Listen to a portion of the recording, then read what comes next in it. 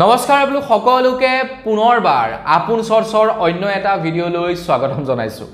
এতিয়াৰে পৰা আমাৰ অসমত কোনো চৰকাৰী চাকৰিয়ালে তেখেতৰ কৰ্মক অৱহেলা কৰিব নোৱাৰিব।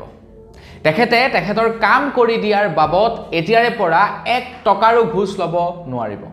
মন্ত্ৰী হিমন্ত বিশ্ব শৰ্মা দেৱে কাৰা নিৰ্দেশনা জাৰি কৰি দিছে চৰকাৰী চাকৰিয়ালসকলৰ বাবে। চৰকাৰী চাকৰিয়ালসকল হৈছে পাব্লিক সাৰ্ভেন্ট। তেওঁলোকৰ কাম হৈছে পাব্লিকক সহায় কৰা বা জনসাধাৰণক সহায় কৰা তেওঁলোকৰ কাম, আৰু সেইবাবেই তেওঁলোকক দৰমহা প্ৰদান কৰে। এতিয়া চাকৰিয়াল বুলি ক'লে এটা এক্সট্ৰা লেভেল আহি নাযায়নে? কিন্তু তেওঁলোক ক'বলৈ গ'লে জনসাধাৰণৰ চাকৰ। তেওঁলোকক দৰমহা দি ৰাখিছে জনসাধাৰণৰ কাম কাজবিলাক কৰিবৰ কাৰণে। কিন্তু তেওঁলোক চাকৰিয়াল হ'ল বুলিয়ে 2 টকা দৰমহা পালে বুলিয়ে তেওঁলোকৰ এটা এক্সট্ৰা লেভেল আহি যায়। কিন্তু লেভেল হ'ব লাগে কাৰ? লেভেল আমাৰ হ'ব লাগে, কাৰণ আমি তেওঁলোকক দৰমহা দি সেই কামটো কৰিবৰ কাৰণে ৰাখিছোঁ, হয়নে নহয়?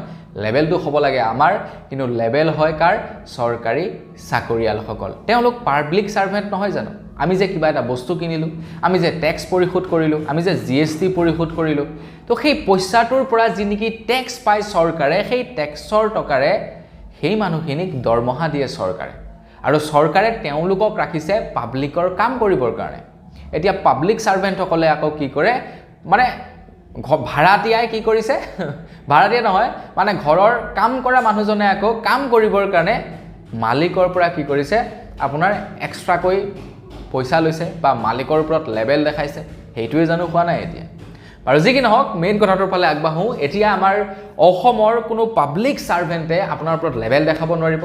কোনো পাব্লিক সাৰ্ভেন্টে আপোনালোকৰ পৰা কামৰ বাবদ পইচা ল'ব নোৱাৰিব। কোনো পাব্লিক সাৰ্ভেন্টে যদি এতিয়াৰে পৰা তেখেতৰ কামৰ প্ৰতি অৱহেলা কৰে বা তেখেতে কৰা কামৰ বাবে পইচা বিচাৰে, তেনেহ'লে ডাইৰেক্টলি আপোনালোকে এতিয়া মুখ্যমন্ত্ৰী হিমন্ত বিশ্ব শৰ্মা দেৱক কমপ্লেইন কৰিব পাৰিব।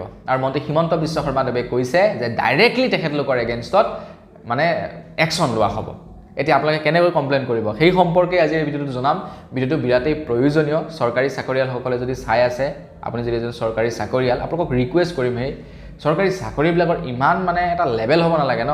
পইচা আজিৰ যুগত এজন মানে ভালদৰে দোকান দি খোৱা অসমীয়া যুৱকৰ হাতত আপোনালোকতকৈ বেছি পইচা থাকে, কিন্তু তেওঁলোকেতো লেভেলটো দেখাবলৈ নাযায়। তেওঁলোকৰ ওচৰত যেতিয়া নেকি কাষ্টমাৰ এজন আহে, কিমান ভালকৈ মাতে, আহক দাদা, কি লাগিব, কিমান নম্ৰভাৱে কয়।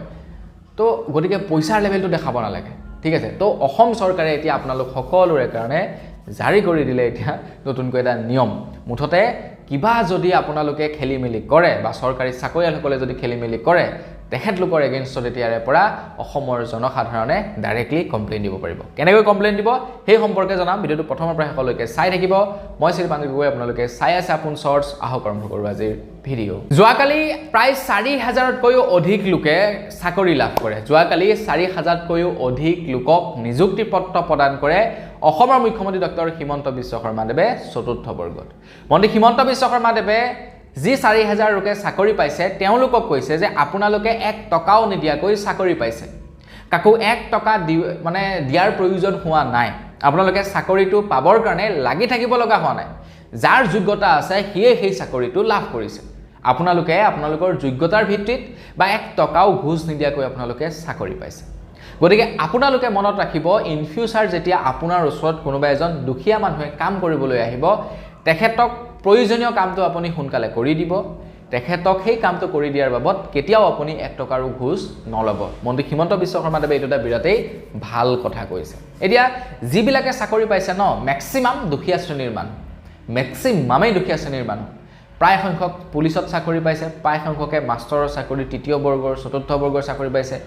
মেক্সিমাম দুখীয়া মানুহ, কাৰণ তেওঁলোকৰ যোগ্যতা আছে, যোগ্যতাৰ ভিত্তিত পৰীক্ষা দিছে, চাকৰি পাইছে। মেক্সিমাম দুখীয়া মানুহ। এতিয়া সেই দুখীয়া ঘৰৰ পৰা চাকৰি পোৱা যুৱকজনে বুজিব লাগিব যে তেখেতৰ দেউতাকে তেখেতক কিমান কষ্ট কৰি পঢ়ুৱাইছিলে, কিমান কষ্ট কৰি চাকৰিটো দিয়াইছে। গতিকে বেলেগ এজন তেনেকুৱা তেখেতৰ দেউতাকৰ বয়সৰ মানুহ যেতিয়া তেখেতৰ ওচৰত কাম কৰিবলৈ আহিব, তো তেখেতে যদি সেই মানুহজনক অৱহেলা কৰে, অভদ্ৰামী কৰে বা পইচা বিচাৰে, এইটো কেতিয়াও মানে নীতিসংগত কথা নহয় বুলি জনাইছে মন্ত্ৰী হিমন্ত বিশ্ব শৰ্মা দেৱে। মন্ত্ৰী হিমন্ত বিশ্ব শৰ্মা দেৱে কৈছে, এতিয়াৰে পৰা যদি কোনো চাকৰিয়ালে বা কোনো লোকে যদি বা কোনো পাব্লিক সাৰ্ভেন্টে যদি আপোনালোকক কামৰ অৱহেলা কৰে বা আপোনালোকৰ পৰা যদি পইচা বিচাৰে ডাইৰেক্টলি আপোনালোকে ফেচবুক আৰু ইনষ্টাগ্ৰাম নতুবা হোৱাটছআপত আপোনালোকে মুখ্যমন্ত্ৰী ডাঙৰীয়াক টেগ কৰি বা মুখ্যমন্ত্ৰী ডাঙৰীয়ালৈ ভিডিঅ' ফটো আপোনালোকে পঠাই দিব আৰু তাৰ পাছত সেই ব্যক্তিজনৰ ওপৰত ডাইৰেক্টলি মুখ্যমন্ত্ৰী ডাঙৰীয়াদেৱে একশ্যন ল'ম বুলি জনাইছে মোৰ মতেতো এনেকুৱা কৰিলে ডাইৰেক্টলি চাকৰিয়ে কাটি দিব লাগে তেতিয়া সব সিধা হৈ যাব মানে পুৰা ষ্ট্ৰিক্ট নিয়ম থাকিব লাগে ষ্ট্ৰিক্ট নিয়ম যে এইটো কৰাৰ লগে লগে নো এক্সকিউজ ডাইৰেক্টলি চাকৰি যাব যেনেকৈ প্ৰাইভেট ছেক্টৰবিলাকত হয় প্ৰাইভেট ছেক্টৰবিলাকত কি হয় কেনেবাকৈ যদি কমপ্লেইন এটা পৰিবলৈ হয় কোনোবা এজন মানে প্ৰাইভেট চাকৰিয়ালৰ ওপৰত ডাইৰেক্টলি ওপৰৰ পৰা একশ্যন ল'ব হয় নিলম্বন কৰিব নহলে কিবা কৰিব টাৰ্মিনেট কৰিব ডাইৰেক্টলি একশ্যন লয় আৰু যাৰ কাৰণে নেকি প্ৰাইভেট ছেক্টৰত কাম কৰা লোকসকলে বিৰাট সিধা হৈ কাম কৰি থাকে কি কাৰণে কাৰণ তেওঁলোকৰ ওপৰত প্ৰেছাৰ থাকে জানে মই যদি অকণমান ইফাল কৰোঁ মোৰ নিস্তাৰ নাই গতিকে অসম চৰকাৰৰ চাকৰিয়ালতো যদি তেনেকুৱা হৈ যায়